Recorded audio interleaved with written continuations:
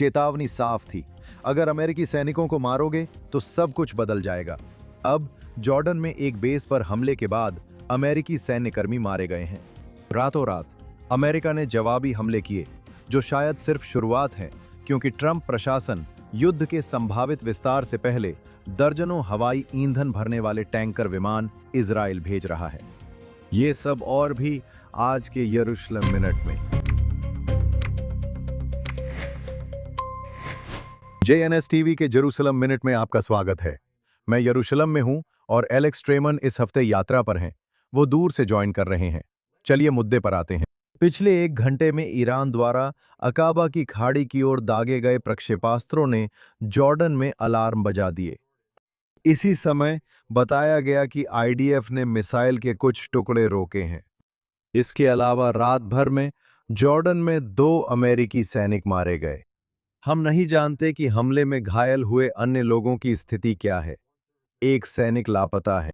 साथ ही अमेरिकी विदेश विभाग ने इजराइल राज्य में और पूरे मध्य पूर्व में यात्रा चेतावनी जारी की है। इसी समय अमेरिकी विदेश विभाग ने दुनिया भर में यात्रा कर रहे अमेरिकियों को सतर्क रहने की चेतावनी दी है।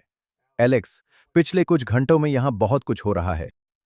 हाँ, जब राष्ट्रपति ट्रंप ने कुछ हफ्ते पहले समझौता ज्ञापन पर हस्ताक्षर किए थे, तो इजराइल में कई लोग चिंतित थे और पूछ रहे थे, अब आप कैसे रुक सकते हैं? और आपको क्यों लगता है कि ईरानी लोग अमेरिका के साथ ईमानदारी से बातचीत करेंगे? और यहाँ जो भावना थी, और मुझे लगता है कि हमने इसे व्यक्त भी किया था, वो ये थी कि कहानी अभी खत्म नहीं हुई है।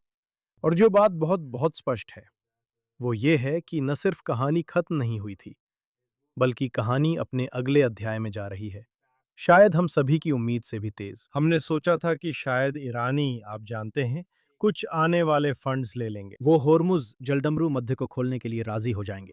शायद कभी भी अपने परमाणु कार्यक्रम को औपचारिक रूप से समाप्त करने के लिए बातचीत करने के लिए राजी ना हो, लेकिन जलडमरू मध्य खोलने के बदले युद्ध विराम के समझौते के लिए तैयार हो जाएंगे। अब हम कुछ हफ्तों बाद यहाँ हैं।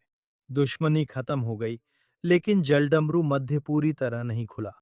ईरानियों ने राष्ट्रपति ट्रंप का अपमान करने और उनकी इच्छा शक्ति की परीक्षा लेने की कोशिश जारी रखी है। मुझे लगता है कि इसमें सबसे दिलचस्प बात यह है कि जैसा आपने बताया, जॉर्डन में अमेरिकी सैनिक मारे गए। ईरानियों ने मध्य पूर्व, जॉर्डन और कुवैत पर हमला किया। मुझे लगता है कुवैत को भी काफी नुकसान पहुंचा है। उन्होंने कई महीनों बाद पहली बार सऊदी अरब पर हमला किया, और एकमात्र जगह जहां उन्होंने सीधे हमला नहीं किया है वो है इजराइल। अब आपने उल्लेख किया कि अगबा में हमले हुए थे। मैं अभी ट्रेन में था, तो मुझे पिछले 2 घंटों में क्या हुआ है इसका भी पता नहीं है, मान लीजिए। संभवतः ये हूथियों द्वारा किए गए हैं, जो ईरान का प्रॉक्सी गुट है। तो मेरा मानना है कि अब यही सबसे बड़ा सवाल है कि क्या ईरान इजराइल से बचना चाहता है? और वही इजरायली प्रतिरोधक क्षमता का चरम उदाहरण होगा, है ना? वे इजराइल से सीधे नहीं जुड़ना चाहते, क्योंकि इजराइल पूरा जवाब देगा, जबकि उन्हें लगता है ट्रंप शायद पूरी तरह आगे न बढ़े। वे इसी की परीक्षा ले रहे हैं। तो क्या वे सीधे इजराइल पर हमला करेंगे, या अपने प्रॉक्सी गुटों से इजराइल पर हमले पूरी तरह रोकने को कहेंगे, या वे वही रणनीति अपनाएंगे जो उन्होंने पहले कई बार अपनाई है, जिसमें हूथियों को अपना गंदा काम करने के लिए भेजना, ईरान पर हमला करने के लिए भेजना, हिजबुल्लाह को इजराइल के उत्तर में लड़ाई फिर से शुरू करने के लिए भेजना? एलेक्स, हालात बेहद करीब हैं, जैसा कि हम इलाद से इंटरसेप्टर्स की उड़ान की फुटेज देख रहे हैं। अब बस कुछ किलोमीटर का फासला बचा है, इससे पहले कि ईरान, हूथी या कोई और पक्ष की मिसाइल इजराइल में गिर जाए। राष्ट्रपति ट्रंप ने कहा था, अगर किसी अमेरिकी सैनिक की हत्या हुई तो हम फिर युद्ध में लौट आएंगे। अब मेरा मानना है कि अमेरिका ने पिछले 6-7 दिनों से लगातार हमले किए हैं, लेकिन ये सीमित रहे हैं, और हम उन कुछ ठिकानों के बारे में बात कर सकते हैं जिन्हें निशाना बनाया गया था। आप जानते हैं, इसमें बढ़ोतरी हुई है। 6 पुल, रेलवे ट्रैक, एक हवाई अड्डा, वे बुनियादी ढांचे को निशाना बना रही हैं। राष्ट्रपति ने कहा था, अगर आप किसी अमेरिकी सैनिक को मारते हैं, 2 मारे गए, 1 लापता है। हमें उसकी स्थिति नहीं पता, और ये पूर्ण युद्ध में बदल जाएगा। ठीक है, देखते हैं। राष्ट्रपति हर दिशा में ऐसी बढ़ा चढ़ाकर की गई बयानबाजी बोल रहे हैं, है ना? युद्ध की धमकी देते हुए उन्होंने कहा था कि सब कुछ तबाह हो जाएगा, हम उन्हें अंधकार युग में भेज देंगे। लेकिन बातचीत के समय कहते हैं कि वे अच्छे हैं और उनके साथ काम करना आसान है। तो वह अपनी सभी सार्वजनिक बातों में ऐसी भाषा का इस्तेमाल नहीं कर रहे हैं जिससे आपको सच में पता चले कि वह कहाँ खड़े हैं। आप जानते हैं, ये सब कुछ है। ये या तो एक तरफ से बातचीत की रणनीति है और वो अपने दुश्मनों को, और मैं कहूँगा यहाँ तक कि अपने सहयोगियों को भी असमंजस में रखना पसंद करते हैं। आप जानते हैं, मैं कहूँगा बस सबको सतर्क रखने की इस तरह की अजीब सी बातचीत की शैली के साथ, आप जानते हैं, और साथ ही वो प्रेस और मीडिया के साथ भ्रमित करने की ये रणनीति भी अपना रहे हैं ताकि वे उनकी हर चाल पर नजर रखें जो उनकी रणनीति रही है। और वो ऐसा करते हैं बस नियमित रूप से बेहुदा, लगभग हास्यास्पद बातें कहकर। तो आप जानते हैं, ठीक ठीक कहना मुश्किल है कि वो क्या चाहते हैं। लेकिन जैसे आपने बताया, मैंने पढ़ा कि यह लगातार 8 रातें हो गई हैं। वे बुनियादी ढांचे, पावर प्लांट्स और पुलों को निशाना बना रहे हैं, जैसा उन्होंने अगले चरण के लिए कहा था। वे वही कर रहे हैं। मुझे लगता है उन्होंने सैकड़ों ठिकानों पर हमला किया है, अगर मैं गलत नहीं हूं। तो इसका मतलब है कि वे हमलों के साथ आगे बढ़ रहे हैं, हालांकि पूरी ताकत के मुकाबले ये निश्चित रूप से सीमित है। साथ ही हमें सुनने को मिल रहा है कि संयुक्त राज्य अमेरिका उस इलाके में लड़ाकू विमान भेज रहा है, जिसका मतलब है कि ये शायद किसी बहुत बहुत बड़े अभियान का बस शुरुआती वार हो सकता है। अब हो सकता है कि यह बातचीत की रणनीति का हिस्सा हो, जोरदार हमला करो और उससे भी ज्यादा जोरदार हमला करने की धमकी दो, और शायद इस समय ईरानी किसी समझौते के लिए तैयार हो जाए। अब ईरानी भी यह कर सकते हैं, जैसा कि वे अक्सर करते हैं। वे दिखावा कर सकते हैं कि वे समझौता करना चाहते हैं, बस ये कहने के लिए कि देखो, हम समझौता चाहते हैं, हम समझौता चाहते हैं। आप जानते हैं, चलिए फिर से बात करते हैं। ठीक है, इस बार आपने हमें पकड़ लिया, आपने हम पर जोरदार हमला किया। ठीक है, अब हम सच में बात करने के लिए तैयार हैं। और फिर वे दोबारा बातचीत में शामिल हो जाते हैं। अब देखेंगे कि यह पैटर्न बार बार दोहराता है, जहां वे कहते हैं कि हम बातचीत करेंगे, लेकिन वो लगातार अमेरिका की ताकत और इच्छा शक्ति को परखते रहते हैं, क्योंकि उनके पास इच्छा शक्ति और समय है। आप जानते हैं, उन पर हमला भी हुआ है, उन पर फिर से हमला किया जा सकता है। आप जानते हैं, उनका एकमात्र तरीका या तो अमेरिका को अपमानित करने की कोशिश करना है, या फिर आप जानते हैं, खुद बमबारी झेलकर अंधकार युग में वापस जाना है। आप जानते हैं, और वे इसके बीच कोई भी खेल खेल सकते हैं। हमने हमेशा कहा है कि ईरानी लोग अच्छे इरादे से बातचीत नहीं करते, यही उनका तरीका है। हमने पिछले हफ्ते शो में भी इस पर चर्चा की थी। और अब आप देख रहे हैं कि हम शायद उस दिशा में दौड़ रहे हैं जो बड़े युद्ध के अगले दौर की शुरुआत हो सकती है। और फिर से, मुझे लगता है कि यहाँ सबसे दिलचस्प बात यह है कि अब तक, और हमें नहीं पता कि ये आगे भी रहेगा या नहीं, लेकिन अब तक इज़राइल निशाना नहीं बना है। वे हमले झेलने वाले पक्ष में नहीं है, और वे हमलावर पक्ष में भी नहीं है, क्योंकि संयुक्त राज्य अमेरिका फिलहाल इज़राइल को इससे बाहर रखना पसंद कर रहा है। क्योंकि जब इज़राइल इससे बाहर रहता है, तो वे सभी पक्षों पर परिणामों को बेहतर तरीके से नियंत्रित कर सकते हैं। अगर इज़राइल इसमें शामिल होता है, तो वे ये सुनिश्चित करने के लिए आगे बढ़ेंगे कि ये शासन हमेशा के लिए खत्म हो जाए। और जब तक ये पूरा नहीं हो जाता, तब तक उन्हें कोई रोक नहीं पाएगा। एलेक्स, आपने उस क्षेत्र की ओर लड़ाकू विमानों का जिक्र किया था। इसी समय हमें बताया जा रहा है कि अमेरिकी ईंधन भरने वाले विमान इस वक्त इजराइल की ओर जा रहे हैं। हाँ, वहाँ पूरी एक, आप जानते हैं, ईंधन भरने वाले विमानों के साथ देश के भीतर बड़ा विवाद थी। जो भी व्यक्ति पिछले कुछ महीनों में उड़कर इज़राइल आया है, उसने देखा होगा कि बेन गुरियन एयरपोर्ट पर 50-75 तक ईंधन भरने वाले विमान खड़े हुए हैं। यह नज़ारा अजीब है, क्योंकि आम तौर पर यहाँ व्यावसायिक जेट या यूरोप से लो कॉस्ट कैरियर्स टर्मिनल से दूर पार्किंग में दिखते हैं। आमतौर पर आपको उन विमानों तक बस से ले जाया जाता है, क्योंकि वे जो लो कॉस्ट विमान होते हैं, वे टर्मिनल पर जगह किराए पर नहीं लेते, वे कहीं पार्किंग में जगह किराए पर लेते हैं। अब सभी पार्किंग स्लॉट्स पर ईंधन भरने वाले विमान खड़े हैं, इसलिए परिवहन मंत्री मेरी रेगेव और अन्य लोग अमेरिका पर दबाव डाल रहे थे कि वे अपने ईंधन भरने वाले विमान बेन गुरियन हवाई अड्डे से एयरफोर्स बेस में ले जाएं, क्योंकि अब आपके पास एयरलाइंस है जो अब तक वापस सेवा में आने के लिए तैयार हैं, लेकिन उनके लिए पार्किंग की जगह नहीं है। और मूल रूप से हवाई अड्डा प्राधिकरण धमकियां दे रहे थे कि करीब 50,000 उड़ानें रद्द की जा सकती हैं। और अगर आप उन इजरायलियों के बारे में सोचें जो पिछले 3 सालों में युद्ध के दौरान कई जगहों पर उड़ान नहीं भर पाए और अचानक युद्ध खत्म हो गया, और कई इजरायली, जिनमें मैं भी शामिल हूं, अब विदेश में हैं, तो वे बाहर निकलने का मौका तलाश रहे हैं, और हवाई अड्डे में सभी स्लॉट भर गए थे। तो अब एक समझौता हुआ है। बेन गुरियन पर 20 ईंधन भरने वाले विमान छोड़े जा सकते हैं, बाकी को हटाना होगा। लेकिन अब इस कुछ हद तक नाटकीय बढ़ोतरी के साथ हम देख रहे हैं कि न केवल संयुक्त राज्य अमेरिका विमान नहीं हटा रहा है, बल्कि वे वास्तव में और भी विमान ला रहे हैं। एलेक्स, इस हफ्ते की शुरुआत में राष्ट्रपति ट्रंप ने घोषणा की कि वह होर्मुज जलडमरू मध्य में ईरानी जहाजों और बंदरगाहों पर नौसैनिक नाकाबंदी फिर से लागू करेंगे। ईरान कहता है कि हम होर्मुज जलडमरू मध्य पर नियंत्रण रखते हैं और तय करेंगे कौन से जहाज यहां से गुजर सकते हैं। आप सुन रहे हैं, फिलहाल जलडमरू मध्य किसके नियंत्रण में है, इसकी ताजा जानकारी क्या है? राष्ट्रपति ट्रंप के फिर से ये कहने का क्या मतलब है कि जलडमरू मध्य बंद है और नाकाबंदी फिर शुरू होगी? हाँ, मुझे नहीं लगता कि हमें होर्मुज जलडमरू मध्य पर किसका नियंत्रण है पता है।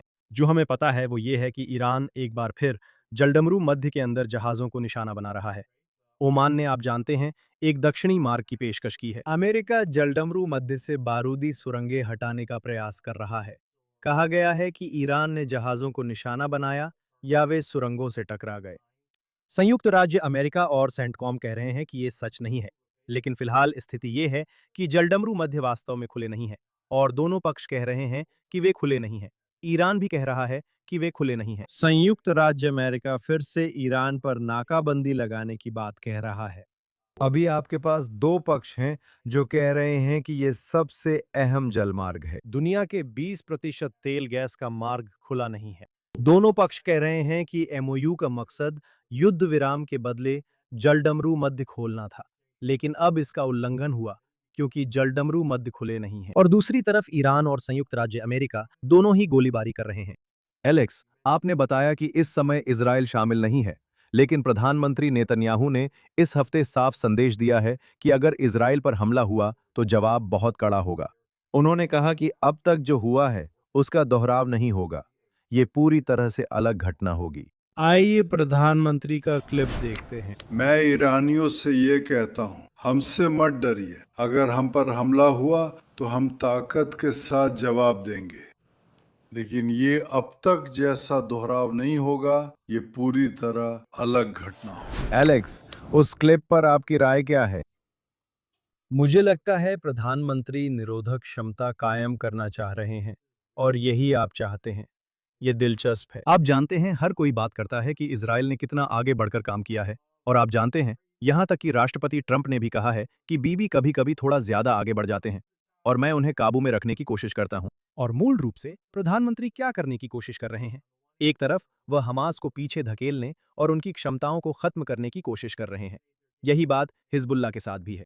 और जो आप करने की कोशिश कर रहे हैं वो प्रभावी रूप से निरोधक असर पैदा करना है। अगर ईरान इस समय इजराइल के साथ उलझना नहीं चाहता, सीधे इजराइल पर हमला नहीं करना चाहता, जबकि इजराइल ने ही ये युद्ध शुरू किया था, है ना? आप जानते हैं, अभी आप तेहरान के फिलिस्तीन चौक में देख रहे हैं, वहां ट्रंप और उनके परिवार के सदस्यों की ताबूतों में तस्वीरें लगी हैं और हर कोई कह रहा है कि हम ट्रंप को मारने वाले हैं।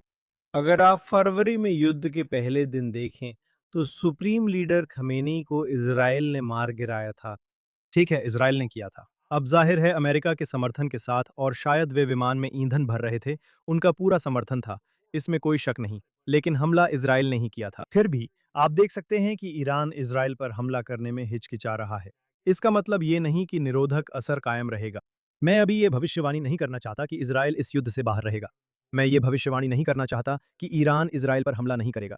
मैं ये भी भविष्यवाणी नहीं करना चाहता कि ईरान समर्थित गुट इजराइल पर हमला नहीं करेंगे। लेकिन इस बीच कम से कम इन 8 दिनों में, जब से संयुक्त राज्य अमेरिका ने फिर से हमले शुरू किए हैं, इजराइल ने प्रभावी रूप से ईरान को सीधे उस पर हमला करने से रोक दिया है। और यह संभव है, बहुत संभव है, कि यह निरोधक असर कायम रहेगा। एलेक्स, अगर संभव हो तो मैं आगे बढ़ना चाहता हूं। इस हफ्ते बड़ा इंटरव्यू हुआ। मैं उपराष्ट्रपति जेडी वेंस की बात कर रहा हूं, जिन्होंने जो रोगन एक्सपीरियंस, दुनिया के सबसे लोकप्रिय पॉडकास्ट्स में से एक पर लगभग 3 घंटे तक उपस्थिति दी। उपराष्ट्रपति वेंस ने अब तक के अपने सबसे तीखे सार्वजनिक बयान दिए हैं अमेरिका इजराइल संबंधों के बारे में। आइए इस क्लिप को देखते हैं। लेकिन मुझे पूरी तरह से यकीन है कि इजरायली सरकार के भीतर कुछ लोग हैं जो वास्तव में हमें उस नीति से दूर ले जाने की कोशिश कर रहे हैं, क्योंकि वे सैन्य अभियान को जारी रखना चाहते हैं। उनकी व्यवस्था के भीतर कुछ लोग हैं, इसमें कोई शक नहीं, जो अमेरिकी जनमत को बदलने और युद्ध को अनिश्चित काल तक जारी रखने के लिए उसे प्रभावित करने की कोशिश कर रहे हैं। फिर से किसी खास उद्देश्य की ओर नहीं, बल्कि बस अनिश्चित काल तक। आपने जेडी वेंस का इंटरव्यू लिया, जो अमेरिका इजराइल संबंधों की आलोचना कर रहे थे, और एप्स्टीन फाइल्स समेत कई मुद्दे उठा रहे थे। उन्होंने कहा कि जेफरी एप्स्टीन मामले में इजरायली खुफिया एजेंसी के शीर्ष स्तर का संबंध था। लेकिन चलिए शुरू करते हैं। अगर हम कर सकें तो सिर्फ अमेरिका इजराइल संबंधों के बारे में, जैसा कि संयुक्त राज्य अमेरिका के उपराष्ट्रपति के नजरिए और सोच में है। मुझे लगता है कि यह बहुत स्पष्ट है कि उपराष्ट्रपति का नजरिया काफी हद तक वही है जो आप रिपब्लिकन पार्टी के इस दक्षिणपंथी धड़े में देख रहे हैं, टकर कार्लसन की तरफ, जो मूल रूप से ये कहती है कि अमेरिका के साथ रिश्ते में इजराइल ही अमेरिका को चला रहा है। अब जेडी वॉन्स ने जो नहीं किया है वो ये है कि वो बाहर जाकर ये नहीं कह रहे हैं कि इस युद्ध में अमेरिका का हित नहीं था। उपराष्ट्रपति बार बार कहते हैं कि ये अमेरिका के हित में है, क्योंकि अगर वो कहें कि ये सिर्फ इजराइल के लिए है तो वो अमेरिकी राष्ट्रपति को मुश्किल में डालेंगे, इसलिए वो ऐसा नहीं करेंगे। लेकिन जो उन्होंने किया वो ये है कि वो बाहर आकर बोले कि एक संगठित, अच्छी तरह से वित्त पोषित तंत्र है जो वैस और दूसरों को ये समझाने की कोशिश कर रहा है कि युद्ध समाप्त नहीं होना चाहिए और यह अनिश्चित काल तक चलता रहना चाहिए। और वास्तव में ऐसे रूढ़िवादी विचार नेता हैं जिन्हें इजराइल द्वारा नियुक्त और भुगतान किया गया है ताकि एक अभियान चलाया जा सके जिससे अमेरिकी सांसदों पर युद्ध जारी रखने का दबाव बना रहे। और यह समस्या ये है कि इसमें कुछ बातें सच हैं, है ना? लेकिन सारी कड़ियों को जोड़ना गलत है ना? तो मूल रूप से क्या ऐसे इजरायली हैं जो नहीं चाहते थे कि युद्ध रुके? बिल्कुल है। प्रधानमंत्री, विदेश मंत्री और इजराइल के अन्य लोगों ने अमेरिका से साफ कहा कि उनकी प्राथमिकता युद्ध जारी रखना है। हाँ, उन्होंने यही कहा।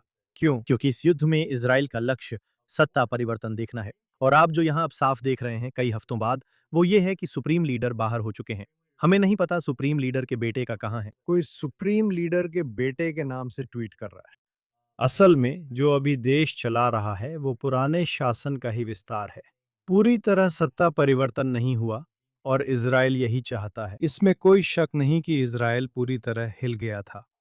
मैंने ये खुद प्रधानमंत्री में देखा। ये चौंक गया था कि संधि की पहल चल रही थी, एक समझौता ज्ञापन, युद्ध विराम और संघर्ष के अंत के लिए बातचीत की कोशिश हो रही थी। आप जानते हैं, उन्होंने महसूस किया कि ईरान को एक बहुत ही खतरनाक स्थिति में छोड़ दिया गया है, जहां वह फिर से परमाणु हथियार हासिल करने की दौड़ में फिर से शामिल हो सकता है, अपनी बैलिस्टिक मिसाइलों को फिर से बहाल करने की कोशिश कर सकता है। और अब ये बिल्कुल ऐसे है जैसे कोई गुस्से में पिंजरे में बंद बाघ हो।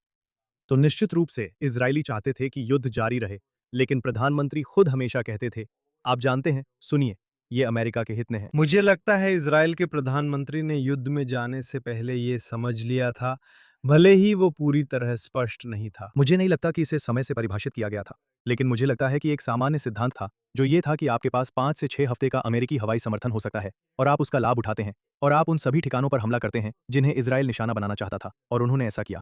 क्या इजराइल चाहता था कि युद्ध जारी रहे? हाँ। क्या वो फिर से इसमें शामिल होने को तैयार है? हाँ, उन्होंने खुद कहा है। प्रधानमंत्री अमेरिका को इजराइल को किनारे पर रखने की अनुमति दे रहे हैं, लेकिन इजराइल के पास युद्ध की योजनाएं तैयार हैं। उन्होंने खुद कहा है, वो वैसे हैं जैसे हम कभी भी शामिल हो सकते हैं। अब इजराइल ने संगठित अभियान में क्या किया है? इजराइल ने ब्रैड पास्कल को हायर किया, जो एक कंजर्वेटिव मीडिया एक्सपर्ट है। उन्हें कई महीने पहले ही हायर कर लिया था, यहाँ तक कि इस युद्ध के शुरू होने से भी पहले। और इस अभियान का मकसद था, आप जानते हैं, इजराइल अपनी छवि को कैसे बनाए रखे, अपनी छवि को अमेरिकी कंजर्वेटिव्स की नज़रों में कैसे बेहतर करे। क्योंकि आप यहाँ जो देख रहे हैं, जेडी वॉन्स की टिप्पणियों के साथ, टकर कार्लसन, कैंडिस ओवेंस, निक फुएंटेस, जो रोगन की टिप्पणियों के साथ, एक हद तक एलेक जोन्स, स्टीव बैनन। बात यह है कि एक अभियान चलाया जा रहा है ताकि इजराइल के वफादार समर्थकों को, जो कि संयुक्त राज्य अमेरिका के इंजीलवादी ईसाई हैं, उन्हें अलग किया जा सके। इजराइल देख रहा है कि खासकर युवा लोग इजराइल से दूर होते जा रहे हैं। इसका एक हिस्सा टिकटॉक, इंस्टाग्राम, यूट्यूब और अन्य जगहों पर बॉट ट्रैफिक के हमले से जुड़ा है, जो जनमत को प्रभावित कर रहा है। इसका एक हिस्सा विश्वविद्यालय परिसरों से जुड़ा है, जहां युवाओं को मध्य पूर्व को लेकर संशोधनवादी नजरिया अपनाने और इजराइल से नफरत सिखाई जा रही है। इजराइल को उपनिवेशवादी, कब्जाधारी, रंगभेदी और नरसंहार करने वाला माना जाता है, तो युवा लोग इजराइल को इसी नजरिए से देख रहे हैं। शायद जेडी वेंस सोच रहे हों कि युवा ही उनके भविष्य के मतदाता हैं। अब मैं उनके आगे झुकने जा रहा हूं। लेकिन पास्कल को मूल रूप से इसलिए रखा गया था ताकि वे अमेरिकियों को इस युद्ध के शुरू होने से पहले ही इजराइल का समर्थन करने के लिए फिर से मनाने की कोशिश कर सकें। और अब वेंस जो कर रहे हैं वो गोल पोस्ट को थोड़ा बदल रहे हैं और कह रहे हैं कि इजराइल ने पास्कल को इसलिए रखा ताकि वेंस और दूसरों को ये समझाया जा सके कि उन्हें युद्ध समाप्त नहीं करना चाहिए। और सच कहूं तो ये बिल्कुल सच नहीं है और ये पहली बार नहीं है। असल में ये शायद तीसरी, चौथी या पांचवी बार है जब जेडी वेंस के पास ये मौका था कि वो इजराइल और संयुक्त राज्य अमेरिका के बीच के मतभेद के मुद्दे को पूरी तरह से खत्म कर सकते थे। और वो लगातार यही पैटर्न दोहराते रहते हैं कि आप जानते हैं, इजराइल भी कतर, चीन और बाकी देशों की तरह अमेरिकी नीति को प्रभावित करने की कोशिश कर रहा है। जो वो कर रहे हैं वो इजराइल के लिए खतरनाक है। मुझे नहीं लगता कि ये अभी रुकेगा। हाँ एलेक्स, वेंस की टिप्पणियों पर मिलीजुली प्रतिक्रिया रही। आपके पास ऐसे लोग थे जिनमें सेनेटर टॉम कॉटन भी शामिल हैं, जिन्होंने कहा कि उन्हें इस बात की कोई जानकारी नहीं है कि जनमत बदलने के लिए कोई अच्छी तरह से फंडेड इजरायली ऑपरेशन चलाया जा रहा है। कुछ फॉक्स कमेंटेटर थे जो वेंस से असहमत थे, कुछ ऐसे भी थे जो वेंस से सहमत थे। जब व्हाइट हाउस की प्रेस सचिव से पूछा गया कि क्या राष्ट्रपति मानते हैं कि इजराइल अमेरिकी जनमत में हेरफेर करने की कोशिश कर रहा है, जैसा जेडी वेंस ने कहा, आइए व्हाइट हाउस की प्रेस सचिव को देखें। ईरान पर उपराष्ट्रपति जेडी वेंस कल जो रोगन के पॉडकास्ट में गए और इजराइल पर अपनी बात रखी। उनकी व्यवस्था में कुछ लोग हैं जिन्हें हम जानते हैं, बिल्कुल बिना किसी शक के, जो लोग अमेरिकी जनमत को बदलने और युद्ध को अनिश्चित काल तक जारी रखने के लिए उसे प्रभावित कर रहे हैं। क्या राष्ट्रपति इस बयान से सहमत हैं? मुझे लगता है कि राष्ट्रपति निश्चित रूप से इस बात से सहमत होंगे कि हाँ, विदेशी देश निश्चित रूप से अमेरिकी जनमत को प्रभावित करने की कोशिश करते हैं। इसमें कोई शक नहीं है। मुझे लगता है ये एक बुनियादी तथ्य है। एलेक्स, असली मुद्दा यहाँ राष्ट्रपति ट्रंप है। क्या आपको लगता है कि वो अभी जेडी वेंस से सहमत हैं? हमने व्हाइट हाउस के अंदर इन दो गुटों पर चर्चा की है। एक तरफ जेडी वेंस है, दूसरी तरफ रूबियो और पीट हेग्सेथ हैं। आपको क्या लगता है, राष्ट्रपति किसका समर्थन कर रहे हैं? आखिर ये उनके अपने उपराष्ट्रपति हैं। 2 साल में ये राष्ट्रपति पद के संभावित उम्मीदवार भी हो सकते हैं।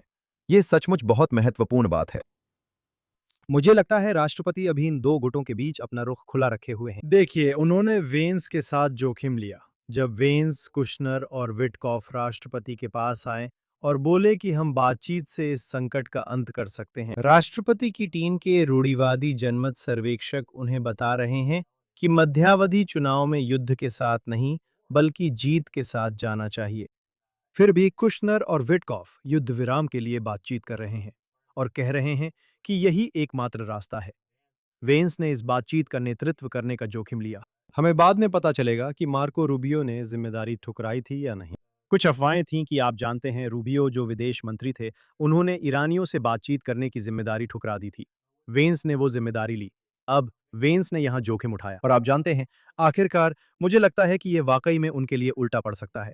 हमने ये कई बार कहा है और मैं फिर से कह रहा हूं, युद्ध विराम के समय भी मैंने कहा था, मैं 3 चीजों पर भरोसा करता हूं। मैं हमारे दुश्मनों की हमारे दुश्मन बने रहने की इच्छा पर भरोसा करता हूं। और आप देख रहे हैं कि ईरानी वही करते जा रहे हैं जिसकी उनसे सबसे ज्यादा उम्मीद की जा सकती है। दूसरी बात, वैसे मैं ये नहीं कहूंगा कि पहली बात में जो अनुमानित व्यवहार है वही तर्कसंगत व्यवहार है। सही है, लोग हमेशा कहते हैं कि ईरानी तर्कसंगत है। वे यह स्पष्ट कर रहे हैं कि वे तर्कसंगत तरीके से व्यवहार करने को तैयार नहीं हैं, लेकिन वे अनुमानित तरीके से व्यवहार करते हैं क्योंकि वे आपको साफ बता देते हैं कि उनकी मान्यताएं क्या हैं। समस्या यह है कि कई पश्चिमी लोग असल में सुनना नहीं चाहते कि वे क्या कह रहे हैं। अपने दुश्मनों की बात सुनो।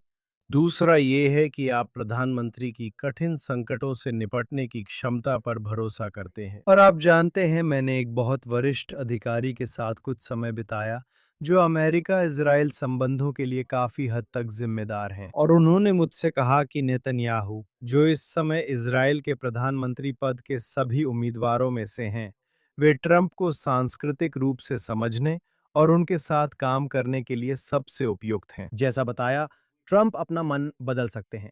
यही ट्रंप को समझने का हिस्सा है। नेतन्याहू ट्रंप को समझते हैं। बेनेट या आइजनकोट जैसे किसी व्यक्ति के लिए उस स्थिति में आना, वे समझ भी नहीं पाएंगे कि वे किससे डील कर रहे हैं।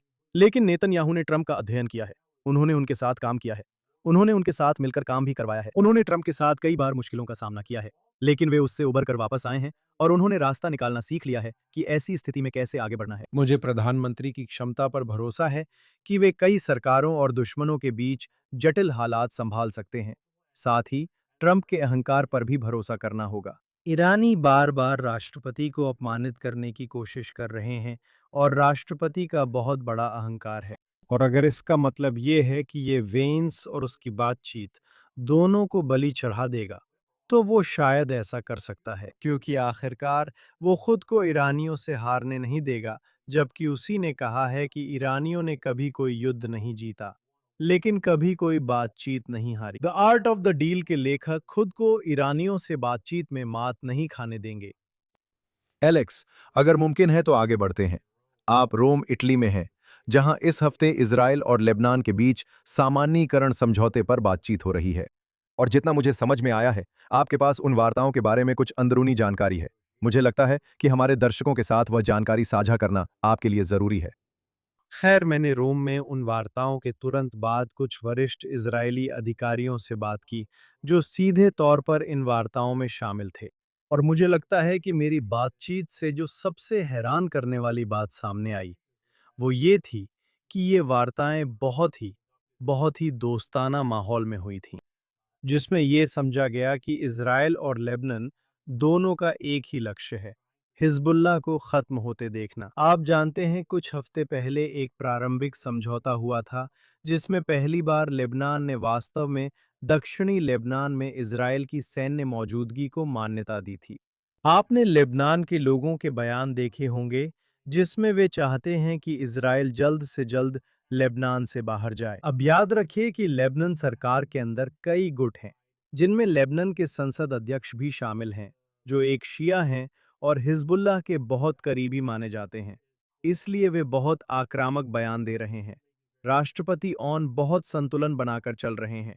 वो सरकार को एकजुट रखने की कोशिश कर रहे हैं। वो निश्चित रूप से हिजबुल्लाह को बाहर करना चाहते हैं, लेकिन हकीकत में हिजबुल्लाह से डरे हुए हैं। अब दिलचस्प बात यह है कि ऑन इस हफ्ते राष्ट्रपति ट्रंप से मिलने जा रहे हैं। ये एक ऐतिहासिक मुलाकात है। पहली बार कोई लेबनानी राष्ट्रपति 2009 के बाद वॉशिंगटन आ रहे हैं। मुझे पता है प्रधानमंत्री नेतन्याहू राष्ट्रपति से वॉशिंगटन में ऑन की मुलाकात से पहले मिलना चाहते थे और लिंडसे ग्राहम के अंतिम संस्कार में शामिल होने पर विचार कर रहे थे। ऐसा लगता है कि वह अंतिम संस्कार 28 जुलाई तक के लिए स्थगित कर दिया गया है। तो राष्ट्रपति की वॉशिंगटन यात्रा अब केवल ऑन की यात्रा के बाद ही होगी। हमें नहीं पता उस यात्रा का परिणाम क्या होगा। यह स्पष्ट है कि शायद ऑन इजराइल द्वारा हिजबुल्लाह के खिलाफ बड़े पैमाने पर हवाई अभियान के दौरान क्षतिग्रस्त बुनियादी ढांचे की मरम्मत के लिए किसी तरह की फंडिंग चाहेंगे। लेकिन इजराइल और लेबनान दोनों की एक साथ ये रुचि है कि हिजबुल्लाह को कमजोर होते हुए देखें। इसलिए देखना होगा कि बातचीत कहाँ जाती है। और मुझे लगता है कि ये बताना भी ज़रूरी है कि जबकि मार्को रूबियो विदेश मंत्री इजराइल और ईरान के बीच बातचीत में शामिल ना हों या शामिल होना ना चाहते हों, वो रूबियो ही हैं। असल में वही मुख्य अमेरिकी हैं जो लेबनान और इजराइल के बीच बातचीत को आगे बढ़ाने के पीछे रहे हैं। और ये पहले ही रिपोर्ट किया जा चुका है और मुझे इसकी पुष्टि भी हुई है कि 4 अगस्त को एक और दौर की बातचीत अस्थायी रूप से फिर से रोम में निर्धारित की गई है। और ये ध्यान देना महत्वपूर्ण है कि ये बातचीत रोम में हो रही है। दोनों पक्ष चाहते थे कि बातचीत मध्य पूर्व के थोड़ा और करीब हो, बजाय इसके कि पहले दौर की तरह पूरी तरह से संयुक्त राज्य अमेरिका में हो। लेकिन दोनों पक्ष, इजराइल और लेबनान, मूल रूप से मानते हैं कि इटली दोनों देशों के लिए सहायक है, जो कि उस स्थिति से अलग है अगर ये बातचीत फ्रांस में होती, जहां फ्रांस स्पष्ट रूप से लेबनान के पक्ष में है। मुझे लगता है वो हिजबुल्लाह के पक्ष में और इजराइल के खिलाफ है। इसलिए इजराइल और लेबनान दोनों रोम में बातचीत करने में सहज हैं। मुझे लगता है कि आगे भी एक दौर होगा, क्योंकि दोनों पक्ष भविष्य में रिश्तों के किसी वास्तविक सामान्यीकरण तक पहुंच सकते हैं। इसमें आर्थिक सहयोग शामिल हो सकता है, इसमें रक्षा सहयोग भी शामिल हो सकता है और शायद दूर के भविष्य में इसमें पर्यटकों का सीमा पार आना जाना भी शामिल हो सकता है। एलेक्स, रिपोर्ट्स के अनुसार प्रधानमंत्री नेतन्याहू जल्द ही अमेरिका में राष्ट्रपति ट्रंप से मिल सकते हैं। अगर प्रधानमंत्री नेतन्याहू सितंबर में संयुक्त राष्ट्र महासभा में शामिल होने न्यूयॉर्क सिटी जाते हैं, न्यूयॉर्क सिटी के मेयर जोहर मामदानी सोच रहे हैं कि क्या वे प्रधानमंत्री नेतन्याहू को न्यूयॉर्क सिटी में आने पर गिरफ्तार कर सकते हैं। मामदानी का कहना है कि नेतन्याहू को हेग में होना चाहिए क्योंकि वह युद्ध अपराधी हैं। आइए क्लिप देखें। मेरा मानना है कि प्रधानमंत्री नेतन्याहू को हेग में होना चाहिए। वो एक युद्ध अपराधी हैं जिन पर अंतर्राष्ट्रीय आपराधिक न्यायालय ने आरोप लगाए हैं। और आप पाएंगे कि ये एक ऐसा विचार है जिसे कई लोग सिर्फ इसलिए मानते हैं क्योंकि पिछले कई वर्षों में उनके कदमों ने जो नतीजे पैदा किए हैं। मैंने ये भी कहा है कि मैं न्यूयॉर्क सिटी में हमारे यहाँ जो कानून है उनका पालन करूँगा, क्योंकि मुझे लगता है कि एक नेता के रूप में जो हमारे शहर का नेतृत्व करता है, कानून का पालन करना बहुत ज़रूरी है और यही मैं करने का इरादा रखता हूँ। माफ़ कीजिए, मैं इसका मतलब नहीं समझी। न्यूयॉर्क सिटी में कानून जो अनुमति देता है वही करेंगे, अपने कानून नहीं बनाएंगे। कानून आपको क्या करने की अनुमति देता है? ये हमारे कानूनी विभाग के साथ चल रही चर्चा है, जिसमें हम ये देख रहे हैं कि हमारे नगर प्रशासन के पास क्या विकल्प है। एलेक्स, क्या ये वास्तव में संभव है कि अगर प्रधानमंत्री नेतन्याहू सितंबर में न्यूयॉर्क जाएं तो उन्हें गिरफ्तार किया जाए? मुझे लगता है माइक वोल्ट्स, जो संयुक्त राष्ट्र में अमेरिका के राजदूत हैं, उनके ट्वीट्स देखना काफी शिक्षाप्रद होगा अगर हम उन्हें स्क्रीन पर दिखा सकें। वॉल्ट्स का कहना है कि मामदानी का काम राजनीतिक नाटक है।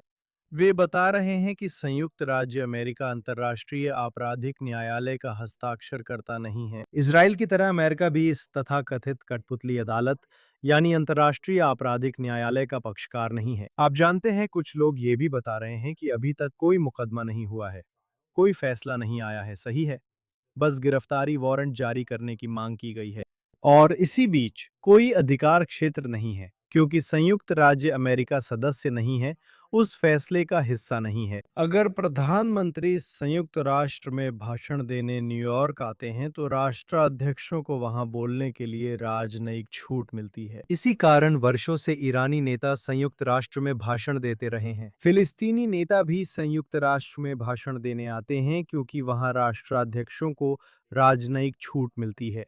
नेतन्याहू भी एक राष्ट्राध्यक्ष हैं, तो वॉल्स इसे राजनीतिक नाटक कह रहे हैं। प्रधानमंत्री ने हमेशा, जब भी संभव हुआ, संयुक्त राष्ट्र के मंच पर आकर दुनिया के सामने इजराइल का पक्ष रखने के अवसर की कद्र की है। ये वो जगह है जिसे नेतन्याहू अच्छी तरह जानते हैं।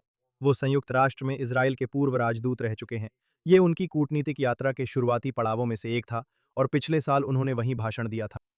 मुझे लगता है अगर समय अनुकूल रहा तो इस साल मामला काफी जटिल है, क्योंकि यहूदी त्योहारों की वजह से सुकोत का त्योहार संयुक्त राष्ट्र के इस उच्च स्तरीय सप्ताह के दौरान पड़ता है। लेकिन हमें देखना होगा कि प्रधानमंत्री जाएंगे या नहीं। लेकिन निश्चित रूप से मामदानी के पास प्रधानमंत्री को गिरफ्तार करने का कोई अधिकार नहीं है। और मैंने अन्य न्यूयॉर्क वासियों को यह कहते हुए भी सुना है कि देखिए, जीसीसीआरसी असल में मैनहट्टन के यहूदी समूहों में से एक, जो शायद एक बहुत उदार समूह है। उनका कहना है कि मेयर को घरेलू मुद्दों से निपटना चाहिए और आप किसी शहर के मेयर को विदेश नीति से निपटने के लिए नियुक्त या निर्वाचित नहीं करते। ये मेयर का क्षेत्र नहीं है। माइक वॉल्ट्स के अनुसार यहाँ सिर्फ राजनीतिक नाटक हो रहा है। एलेक्स, हमारे पास इस हफ्ते अमेरिका इजराइल संबंध पर बात करने का समय है। हाउस ने इजराइल की सैन्य सहायता में कटौती के वोट को खारिज किया। हालांकि इसे खारिज कर दिया गया, लेकिन यहाँ जो आंकड़े हैं वो परेशान करने वाले हैं। 314 ने इजराइल को सैन्य सहायता रोकने के खिलाफ वोट दिया, 104 ने इस प्रस्ताव के पक्ष में वोट दिया, 10 सदस्यों ने प्रेजेंट वोट दिया। तो यहां हमारे पास ऐसी स्थिति है जहां हां वोट असफल रहा। फिर भी आपके पास 104 थे, अधिकतर डेमोक्रेटिक पार्टी के, जिन्होंने इजराइल को अमेरिकी सैन्य सहायता के खिलाफ वोट दिया। मैं उस हकीकत की बात नहीं कर रहा जिसमें इजराइल कहता है कि वे सैन्य सहायता बंद करना चाहते हैं। मुद्दा वो नहीं था। जो संदेश वे भेज रहे थे वह ये था कि वे गाजा और लेबनान में इजराइल के रक्षात्मक कदमों का समर्थन नहीं करते। वे इन्हें आक्रामक मानते हैं और इसे आक्रामक सहायता मानते हैं। हाँ, देखिए, सबसे पहली बात, अगर आप कुल वोटों की गिनती देखें, मेरा मतलब है ये भारी बहुमत से इजराइल को सैन्य सहायता के पक्ष में था, है ना? पक्ष में 304 वोट थे, लगभग 100 इसके खिलाफ थे। जितना मैंने देखा लगभग सभी रिपब्लिकन ने सहायता के पक्ष में वोट किया। मुझे लगता है कि पार्टी में शायद बस एक असहमत सदस्य था। कुछ ने प्रेजेंट वोट दिया। लेकिन भारी बहुमत वाले रिपब्लिकन चाहते हैं कि इजराइल को सैन्य सहायता जारी रहे और लगभग आधे डेमोक्रेट्स ने इजराइल को सैन्य सहायता देने के खिलाफ वोट किया, जो शायद कुछ हद तक उत्साहजनक है। सिर्फ आधे डेमोक्रेट्स ही नहीं चाहते कि सैन्य सहायता दी जाए। अब मेरा मानना है कि आप ये मान सकते हैं कि ये संख्या और बढ़ सकती है। ये आंकड़े बढ़ रहे हैं। और हर बार वोटिंग के साथ आप देख सकते हैं कि और भी ज्यादा डेमोक्रेट्स सैन्य सहायता के खिलाफ वोट कर रहे हैं और आप देख सकते हैं कि और भी ज्यादा रिपब्लिकन भी सैन्य सहायता के खिलाफ वोट कर रहे हैं। ये हमें उसी मुद्दे पर लौटाता है जिसे हमने शुरू में चर्चा किया था, यानी जेडी वेंस की टिप्पणियां। तो जो आप देख रहे हैं वो ये है कि वेंस खुद भी ऐसा लगता है कि वो इस रिपब्लिकन सोच की तरफ झुकाव दिखा रहे हैं, जो असल में सैन्य सहायता के खिलाफ वोट करेंगे। वो बहुत ही सूक्ष्म तरीके से लेकिन बहुत महत्वपूर्ण ढंग से ये बात रख रहे हैं कि सैन्य सहायता का मामला, आप जानते हैं, यहाँ एक बड़ा सवालिया निशान है। तो आगे बढ़ते हुए आपको इसी पर ध्यान देना होगा।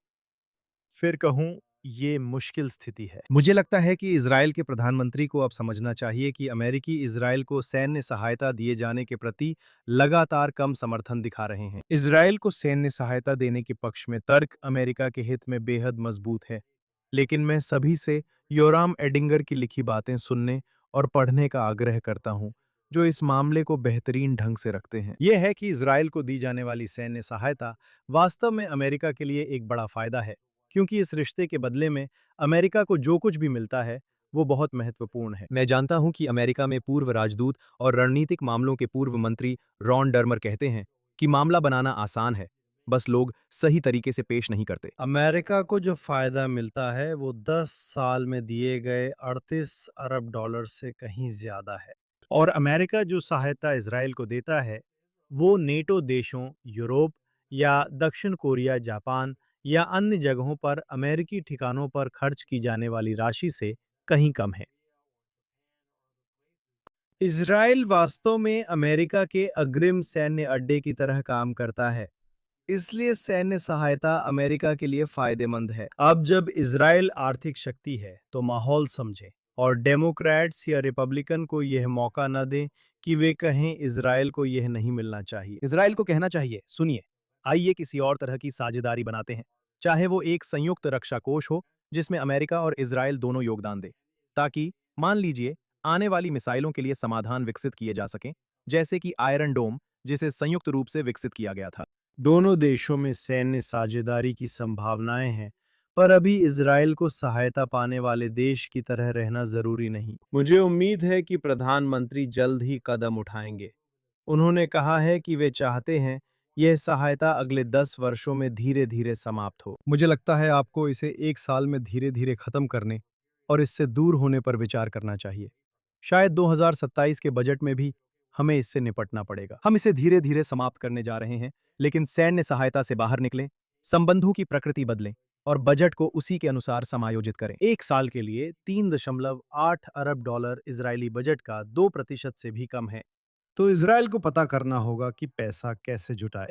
लेकिन साथ ही आप ये सुनिश्चित करना चाहते हैं कि इजराइल को हथियारों की बिक्री, चाहे पूरी कीमत पर ही क्यों ना हो, सुनिश्चित हो। आपके पास ऐसी स्थिति है जहां कुछ डेमोक्रेट्स हथियार बिक्री रोकने की बात कर रहे हैं। आपके सामने दो सवाल हैं। एक है सैन्य सहायता, जिसमें आप देखते हैं कि 100 सांसदों ने सैन्य सहायता के खिलाफ वोट दिया, लेकिन आप यह भी देखते हैं कि कुछ दर्जन सांसद कह रहे हैं कि उन्हें बेचो भी मत। ये सैन्य सहायता के सवाल से भी अधिक खतरनाक है। जारी रहेगा एलेक्स। इस हफ्ते के लिए हमारा समय समाप्त हो गया है। उम्मीद है कि अगले हफ्ते आपको यरूशलेम में फिर से यरूशलेम मिनट पर देखेंगे। वो एलेक्स ट्रेमन है, जेएनएस के सीईओ। मैं जॉश हेस्टन, जेएनएस संवाददाता, जेएनएस टीवी में पर्दे के पीछे काम करने वालों को धन्यवाद देता हूं। हमें एक सुपर थैंक्स दें, सब्सक्राइब करें और यह सुनिश्चित करें कि आप jns.org पर जाएं, ताकि आपको इजराइल, मध्य पूर्व और पूरे यहूदी जगत की सभी ताज़ा खबरें मिल सकें। हम अगले हफ्ते यहीं जेएनएस टीवी पर जेरूसलम मिनट में मिलेंगे।